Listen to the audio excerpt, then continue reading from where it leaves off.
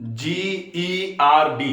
GERD का मतलब होता है गैस्ट्रो इसोफेजियल रिफ्लक्स डिसीज। इसको रिफ्लक्स डिसीज भी बोला जाता है या फिर इसको एसिड रिफ्लक्स भी बोलते हैं।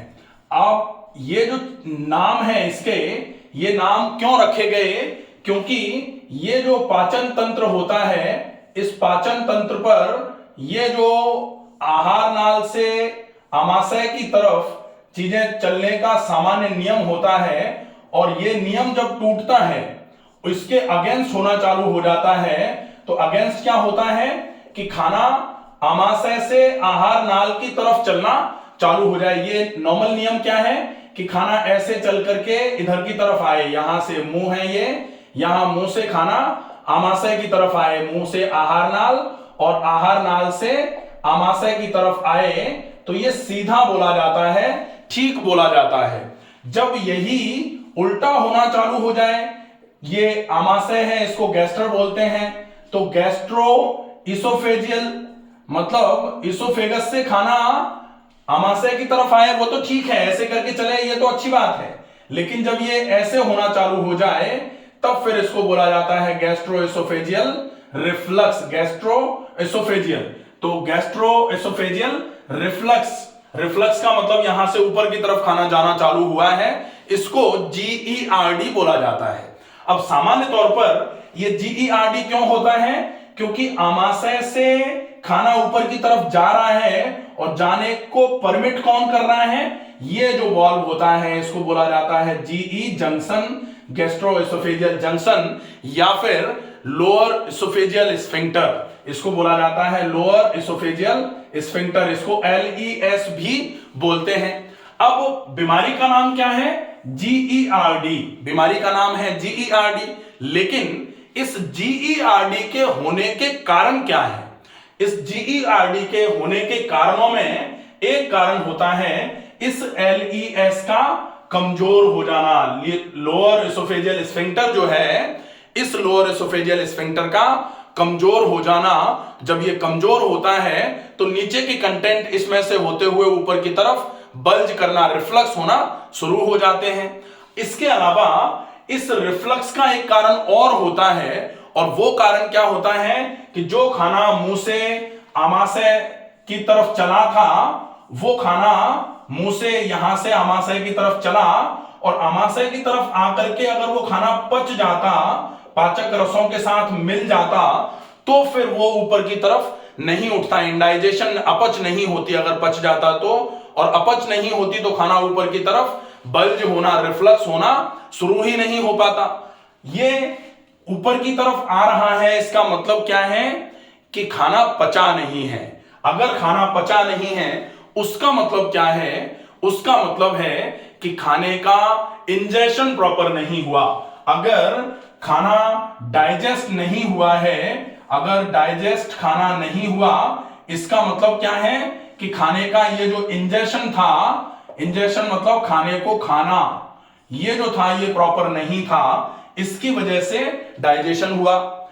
अगर इम्प्रॉपर इंजेशन की वजह से इंडाइजेशन हुआ है, ये डाइजेशन खराब हुआ है, तो इम्प्रॉपर इंजेशन को सुधारना इस GERD का ट्रीटमेंट होगा। क्योंकि GERD क्यों हुआ?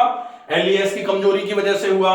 LES की कमजोरी में कुछ कारण सहायक होते हैं, वो एक कारण है abdominal distension, improper abdominal distension. ये इननेचुरल एब्डोमिनल डिस्टेंशन, जो स्टमक डिस्टेंशन हुआ, नेचुरल नहीं था, क्योंकि खाना जो इसमें आया वो पचा नहीं। क्यों नहीं पचा? क्योंकि पाचक रसों के साथ मिला नहीं।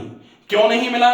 क्योंकि पाचक रसों के साथ तब मिलता जब आमाशय में आने की स्थिति में होकर के आमाशय में आता खाना। कब आमाशय? जैसे बहुत सारे लोग बोलते हैं कि मिक्सी में ग्राइंड करके पी लें क्या, या फिर हाथों से बिल्कुल चूर चूर करके बिल्कुल पेस्ट बना करके खा लें क्या। तो दांत पेस्ट बनाने के लिए अगर ईश्वर ने दिए हैं तो निश्चित ही खाने का पेस्ट भी हमको दांतों से चबा चबा करके बनाना है। दांतों से चबाने में क्या होगा कि पेस्ट खाना बन रहा है, साथ में दांत ऊपर और नीचे के जब मिलते हैं तो ये जौ चलता है, और यहां पर जो लार की ग्रंथियां हैं ये 3 इधर हैं और 3 इधर हैं, तो ये तीन पेयर जो लार की सलाइवरी ग्लैंड्स जो हैं ये सलाइवा सीक्रेट करेंगी और उस सलाइवा में क्या होता है, सलाइवा मैंने पूरा का पूरा बनाया हुआ है, सलाइवा सीक्रेशन पर पूरा वीडियो है, आप देख सकते हैं। 97% जो है वो पानी होता है उसमें, और साथ में कुछ उसमें एंजाइम्स होते हैं जो डाइजेशन के लिए बहुत ज्यादा आवश्यक हैं, जो डाइजेस्टिव एंजाइम्स कहे जाते हैं।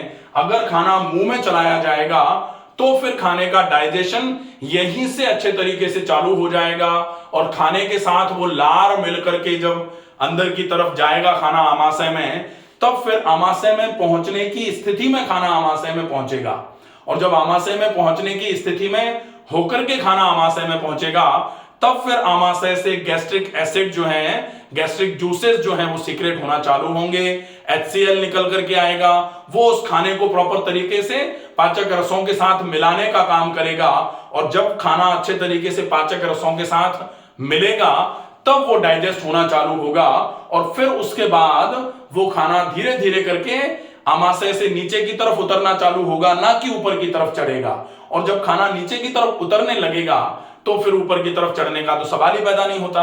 तो धीरे धीरे करके ये GERD की प्रॉब्लम जो है, खाना जो नीचे से ऊपर की तरफ बल्ज होता है वो होना बिल्कुल खत्म हो जाएगा।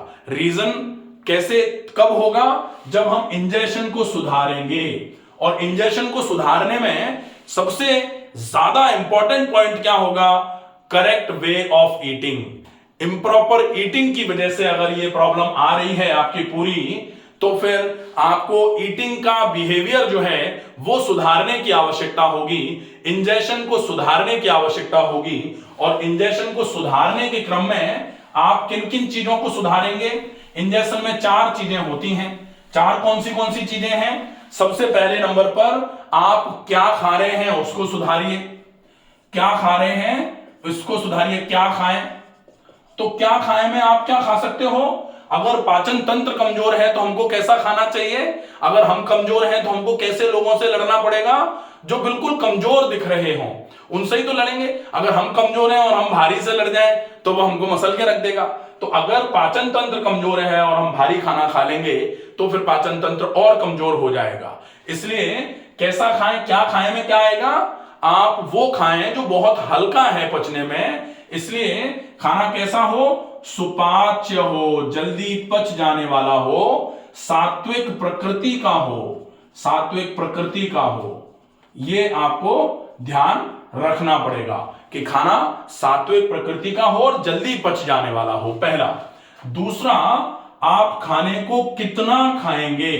तो हमने अभी देखा कि अगर आप पेट को ज्यादा भर दोगे, ओवर ईटिंग कर दोगे तो भी प्रॉब्लम हो जाएगी। तो यहां आपको सुपाच्य खाना है, मतलब हैवी डाइजेस्टिव फूड जो है वो आपको लेने ही नहीं है, हैवी डाइजेस्टिव फूड नहीं लेने हैं। यहां आपको ओवर ईटिंग नहीं करनी है, यह आपको ध्यान रखना पड़ेगा। कितना खाएं, तो आप उतना ही खाएं जितना आमाशय में आराम से पहुंचे। और कहावत है कि आधा पेट भोजन 1/4 लिक्विड और 1/4 खाली छोड़ देना चाहिए, ताकि वो 1/4 खाली जो है वो स्पेस आपके खाने के पचने के लिए काम में आ जाए, चलने के लिए काम में आ जाए, चर्निंग हो मूवमेंट प्रॉपर, तब जाके खाना पचने की स्थिति में आएगा। तो कितना खाएं, मतलब आधा पेट भोजन करें, 1/4 लिक्विड और 1/4 खाली रखना पड़ेगा। ठीक है, अब बारी आती है कि कब खाएं। कब खाएं का मतलब होता है कि आपके टाइमिंग्स जो हैं वो बहुत प्रॉपर होने चाहिए। अगर टाइमिंग्स प्रॉपर रहेंगे, मतलब अल्पाहार जो है वो आपका 9 साढ़े 9 बजे हो जाए, जो लंच है वो आपका मैक्सिमम 12:30 तक हो जाए, और डिनर जो है वो मैक्सिमम 7:30 PM तक आप पूरा कर लें। और इसके बीच में अगर गैस्ट्राइटिस एसिडिटी है तो बीच बीच में कुछ लिक्विड्स लिए जा सकते हैं। इसके अलावा चौथा नंबर और सबसे ज्यादा इंपॉर्टेंट वो होता है कि कैसे खाएं। कैसे खाएं का मतलब है कि आप जो खा रहे हैं उसको कैसे आपको खाना है। मुंह में आपने डाला कुछ, तो वो जो आहार जो आपने मुंह में निवाले के रूप में डाला है उसको कैसे आप मुंह से आहार नाल में भेज रहे हैं, वो डिपेंड करेगा कि वो खाना आमाशय तक पहुंच करके नीचे जाएगा कि आमाशय से फिर से ऊपर आना चालू हो जाएगा, GERD कराएगा। तो कैसे खाना है, मतलब यहां रहेगा आपका eat your liquids and drink your solids. तो जो आपने सॉलिड खाया है उसको पिए, मतलब खाने को पिए। खाने को पिए का मतलब क्या होता है, मुंह में जो आपने सॉलिड निवाला डाला है उसको इतना चबाएं, दांतों से इतना चबाएं कि खूब सारी लार निकल करके उसको बिल्कुल लिक्विड में कन्वर्ट हो जाए वो खाना पूरा, और फिर आप उसको आराम से धीरे धीरे करके निगल लें। तो ये 4 पॉइंट अगर आपने ध्यान में रख लिए तो निश्चित ही आपका पूरा का पूरा ये GERD का जो ट्रबल था वो धीरे धीरे करके ठीक होना चालू हो जाएगा। अब GERD में सामान्य तौर पर लोगों का होता है कि कितना खाएं भी समझ गए हमने, कम खाएं भी आपने बता दिया, लेकिन क्या खाएं में आप पूरा का पूरा डाइट रूटीन बता दो। तो डाइट रूटीन जो GERD के केस में होगा वो आपका पूरा का पूरा specific diet for GERD by doctor Ramakant Sharma एक वीडियो बना हुआ है, आप उसको देख लेंगे। अगर आप उसको देख रहे हैं और कोई कंफ्यूजन लग रहा है आपको तो आप कमेंट बॉक्स में लिख करके भेजेंगे। दोबारा से specific diet chart for GERD patients ये एक वीडियो और बना करके अपलोड कर दिया जाएगा। आशा है ये वीडियो आपको पसंद आया होगा। ज्यादा से ज्यादा लोगों तक इस वीडियो को पहुंचाएं ताकि इस समस्या से जो लोग परेशान हैं वो इस समस्या को प्रॉपर तरीके से समझ लें और समझ करके अच्छे तरीके से फॉलो करें, और अच्छा फॉलो अप करेंगे तो डेफिनेटली इस समस्या में बहुत अच्छा आराम होना चालू हो जाएगा। अगर आपको एक टर्म रहता है कि LES जो है, लोअर एसोफेजियल स्फिंक्टर जो है, इस स्फिंक्टर को आपको सर्जरी करके करेक्ट करा देना है।